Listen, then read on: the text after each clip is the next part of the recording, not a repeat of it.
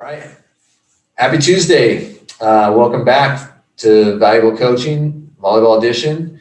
We're talking about keeping it simple today.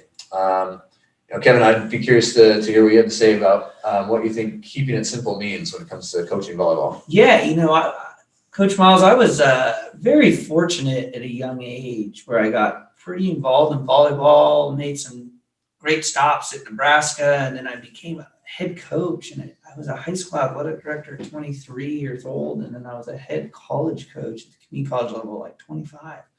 And what I would love to do is I would love to go to like camps in the summer during that time, or like go and be part of the USA High Performance. And I literally every time I was like, I'm going to learn so much from the UCLA or SC or BYU coach. And I was like, they are going to give me all these recipes, and I'm just going to pour over to my students. And what I found, and it's been a recurring theme on our podcast, is you have to be genuine, you have to be yourself. And at the end of the day, when we had these teams and we had really good talent when I was with the BYU, UCLA, and SC coach for high performance, I would say they just kept it really simple. The drills were simple and they let the talent be the talent. They believed in the drills they were doing. They were simple about, hey, you got to wear the proper uniform and wear this to the match. And this is what time. If not, it's simple. You just won't play. And I just realized they do the little things really well. And that's stemmed when I watched Coach Cook. I was like, man, he's a master of just doing little things really well. And I think keeping it simple, silly, I like to call that the KISS method. I think for you young coaches out there, it's really important to not overcoach. And I've been guilty of that at times. And that's why we talked about practice plans on Monday. That's why I like practice plans, and that's why I always have a watch when I coach, and I time myself before the drill, and I only allow myself to talk like 35 seconds. And I'm very strict about that because I want to keep it simple. I want those young men or young women to get out there and playing. So I can't stress enough. I think you're going to get more out of your practices and get more credibility from your athlete if you're precise. Keep it simple, 30 seconds. Yeah, I agree with that. I think getting kids into the drill and getting them playing is most important. And then, you can certainly stop the drill and fix things along the way. And that's where you can maybe interject a little bit more depending on the level you have. That's what I've found, at least.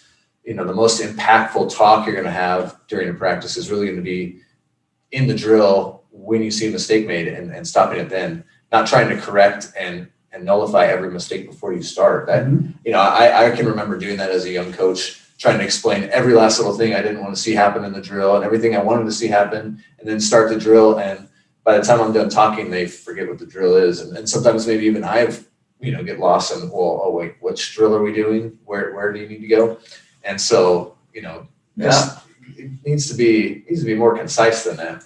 Well, I learned picked something up recently from the great Coach Todd Maddox, who's the Bishop's girls coach. He's been doing it for 25 years. He's involved in the art of coaching. He's really good. And he reminds you of a professor. He's like a teacher out there. And one thing he stresses is if it's something that relates to the whole team and it's something the whole team can get out of, totally stop practice, belt something out for 10 seconds and say, hey, for all our attackers, when we're doing this 3-on-3, we got to do our double arm lift, get our bow and arrow, and we got to snap. That applies to all of you.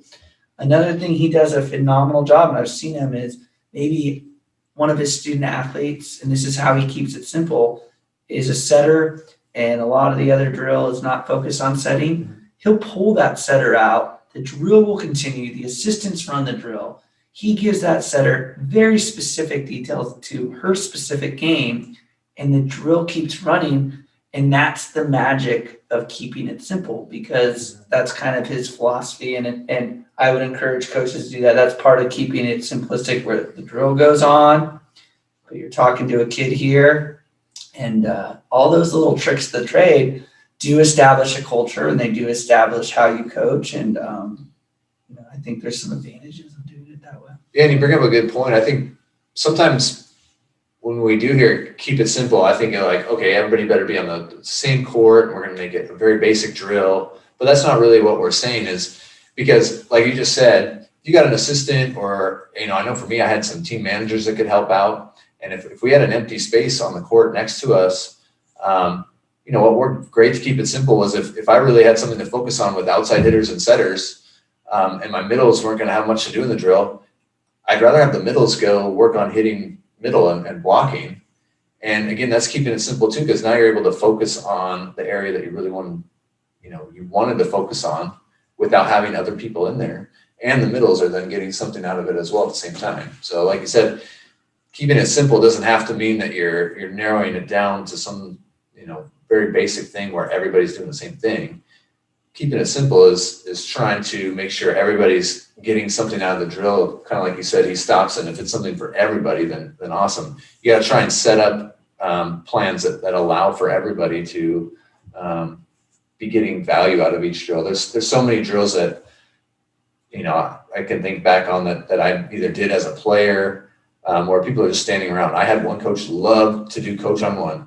It's fun every now and then, but man, if you got 10 players on the team, or if you're a high school team, you got 15 players and you're doing coach on one, that means 14 kids are just standing around, and it can be a good morale booster, a good, end of the week, kind of thing to fire people up. But, or that one time you have to show that the coach has bite and someone did something way wrong and something that, you have to show. I've seen a coach do it, and I think at times it's effective. Yeah. But another thing that I thought keep it simple moment was Coach Knipe was at a clinic. He was working with some kid, the Long Beach State men's volleyball coach, and he asked a specific kid, he goes, what is the thing you think about when it's 24-23 and you're down 23, the other team has 24, set 2?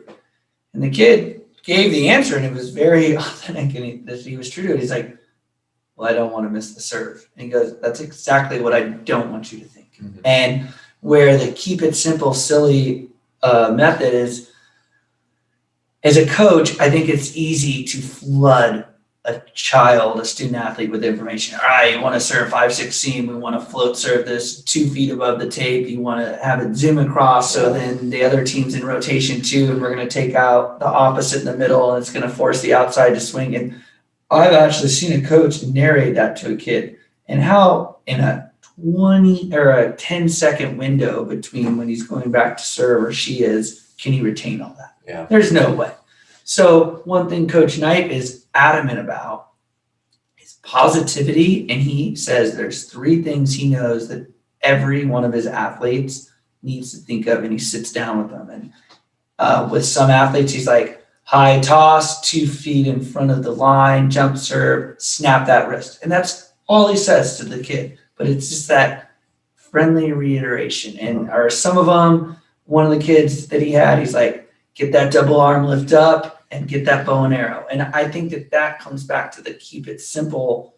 And that's maybe not simple for Coach Knipe to know all that information, but he's a professional coach and knows that.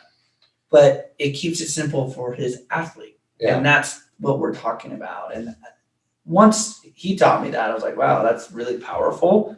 It's positive reinforcement and working on just little cues and principles within your culture and your system. Yeah, and I think too, you just said culture and system, and we're going to talk a little bit more about culture later this week. But when it comes to your system, however comfortable you are with your players, but if you show them that you're confident in them, I think that's also something that's keeping it simple. Because, like you said, that coach that gives them all this information, I've had players come to me that they seem to know, I have to do this exact footwork to get to this exact spot on defense when the ball is going outside, and it's a lot of information, and they're stuck in that one thing. But there's a lot more going on in the game of volleyball than just the ball's being set outside.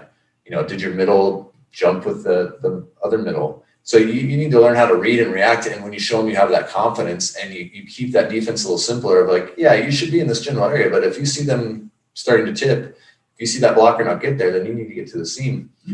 And allowing them some freedom. Same thing goes with hitters. I've had a lot of hitters too that, they may get really nervous to go swing unless that set is just right in the right spot. And some of that comes back to having coaches just be ingraining in them, like, don't make errors, don't make errors, don't make errors. And that's also some of that positivity and the confidence in your players is, you can't just keep telling them like, don't make an error, because then that's all they're thinking about. Don't miss the serve at 20, a game point. No, keep it simple. Like, hey, you just made a whole bunch of serves. You're going to make this one. No, you don't know how to hit. Go up and hit. If you miss, you miss. We all make errors. I mean, Nobody hits 1,000 every game. Well, I think one thing that we're finding a common theme while we're discussing this is, granted, you and I both acknowledge this is a podcast and we're talking a lot, for sure. That's what a podcast is.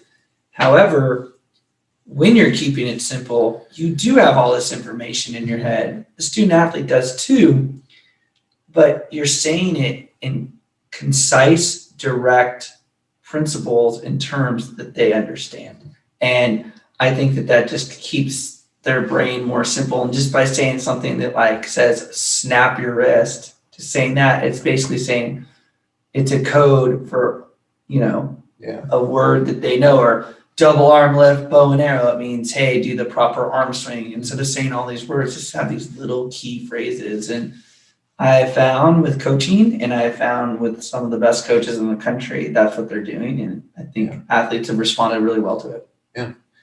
All right. Well, again, I mean, I think both of us, we got slightly different takes on keeping it simple, but I think for both of us, you want to instill that confidence in your player. And I think what Kevin was kind of saying, and the way I feel about it, is that as the coach, you should have tons of knowledge in your head. You want to get it out in the most concise way to your player, and then take that weight off of their shoulders. Let them feel confident about what they're going to do and get their thought about the positive side of it. Most definitely. Yeah. All right. Tomorrow, we're going to kind of have a little bit of a debate looking at, practice planning and some of the stuff that we've talked about so far. We're going to look a little bit at, should we be doing lots of individual drills? Should we be doing lots of 6-on-6 play? And, what does that look like? And how should you decide that, as a young coach or looking at your team and evaluating them? So, come back again tomorrow and give us a listen about kind of our takes on individual versus 6-on-6 drills. Hope you enjoyed today's episode. If you like the shirts we're wearing in today's episode, they got a cool logo provided to us by One Stone Apparel. Check them out at onestoneapparel.com. Great shirts, apparel, PE uniforms, volleyball uniforms, anything you need. Check them out, onestoneapparel.com.